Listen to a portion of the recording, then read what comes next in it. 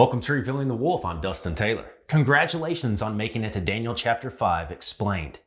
Daniel 5 has many urgent lessons that make this Bible study needed. The world is coming apart at the seams, but we don't have to because these stories prepare us. Let's dive in. Nebuchadnezzar has died. His grandson Belshazzar is now in power. Belshazzar is only mentioned one time in the Bible and is known for one thing. We read, Belshazzar the king made a great feast for 1,000 of his lords and drank wine in the presence of the 1,000.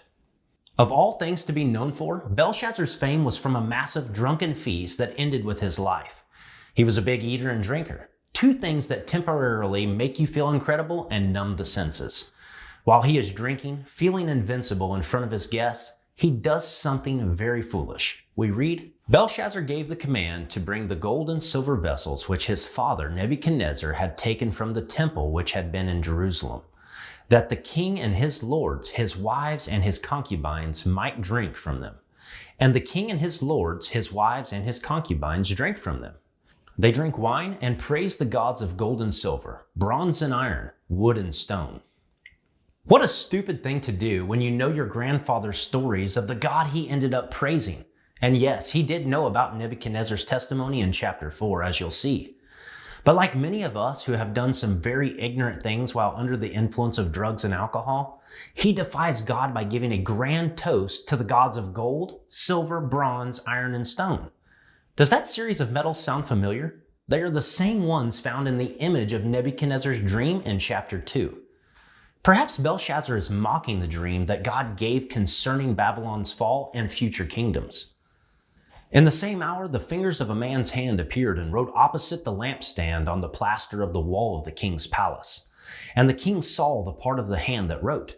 Then the king's countenance changed, and his thoughts troubled him, so that the joints of his hips were loosened and his knees knocked against each other. Without any announcement, a hand appeared, and it wrote mysterious words on the wall before Belshazzar and those around. All that laughter and feel-good has vanished. He's no longer the life of the party while staring at the fiery, glowing letters. He is in so much fear that he loses complete control over his body. He recognizes that this is not writing from any of those gods he has just honored. He senses the judgment from the God he defied. You must know that God is long-suffering toward us, not willing that any should perish, but that all should come to repentance. But there is a limit to our rebellion. We need to recognize that there are consequences to our actions. If grace cannot penetrate the heart, nothing will. Belshazzar, having not learned, does just what his grandfather used to do and calls in the astrologers, the Chaldeans, and the soothsayers. He promises whoever can interpret it to become the third ruler in the kingdom with riches beyond their imagination. Now all the king's wise men came, but they could not read the writing or make known to the king its interpretation. This is the third major letdown for the wise men of Babylon. Remember in chapter 2, they couldn't tell the king what his dream was, but promised if he told them that they could interpret it, which they failed to do. In chapter 4, the king tells them his second dream, but they couldn't interpret it either. Now in chapter 5, they cannot interpret these strange letters on this wall. What is God telling us here? That the world's wisdom falls short of his infinite wisdom. Even though we live in a very modern, scientific-based culture, we haven't abandoned our attraction for fortune-telling, astrology, psychics, and communication with dead or fallen spirits through mediums. You might not even be a believer in any of these things I just mentioned. Start paying attention to the movies you watch, lyrics in the songs you listen to. You'll see the enemy is trying to condition your mind to accept these. Be very careful what you allow into your treasure chest. Belshazzar is desperate to know what the writing means. It appears that nobody at the party remembers the man of God who served Nebuchadnezzar. That is, until the queen arrives on scene. It's believed that this queen was his mother or the wife of evil Merodach.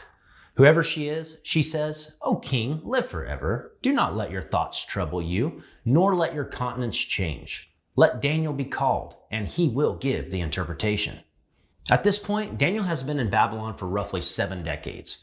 Remember, he was brought there by force and not choice. He is living in an immoral, do-whatever gives you pleasure society that practices vain religions. Let this be a lesson for you.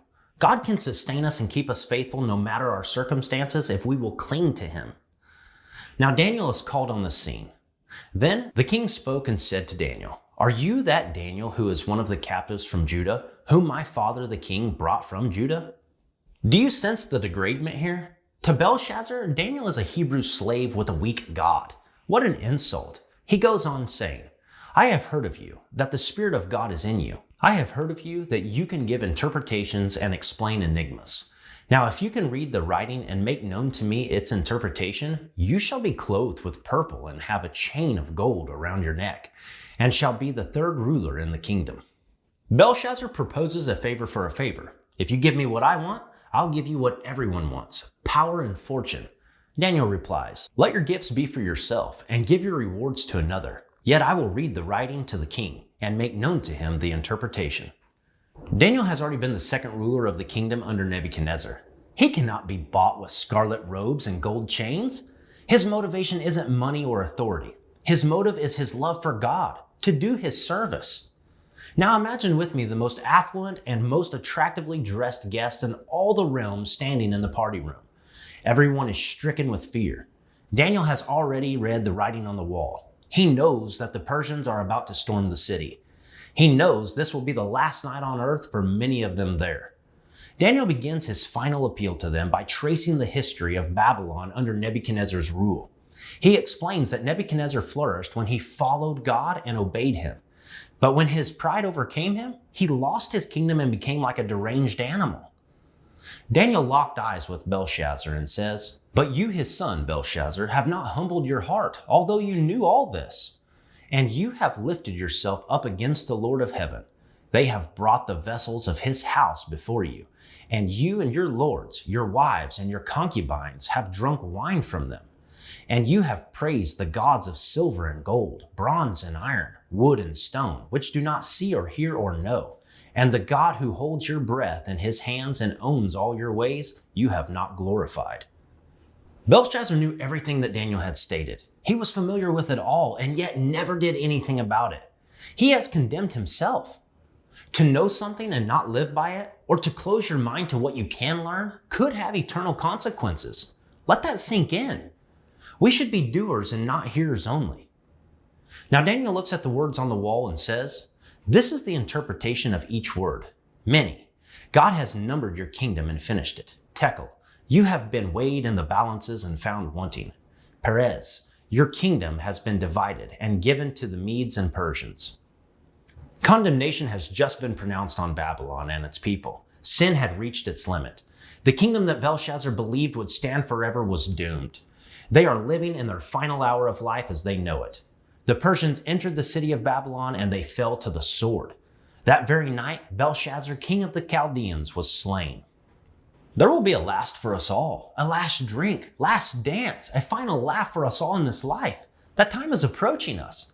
We can be confident we won't be lost because we didn't know something. We will be lost because of what we did know and didn't abide by. God's grace of salvation wasn't yielded to in this story. Like Belshazzar, God allows every one of us to give our lives to him before our time and this world expires. This story poses this question.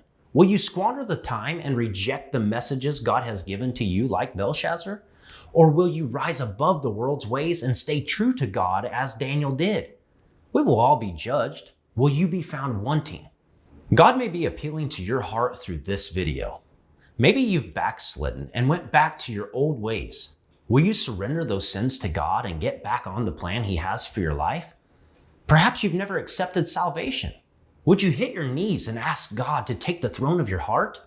Ask him to teach you his ways and give you a willing spirit to obey. Will you do this right now? I pray you do. I look forward to seeing you in eternity. If you're enjoying the videos, please consider sharing them and subscribing to the channel for more just like this one. Until next time, may God bless you out there.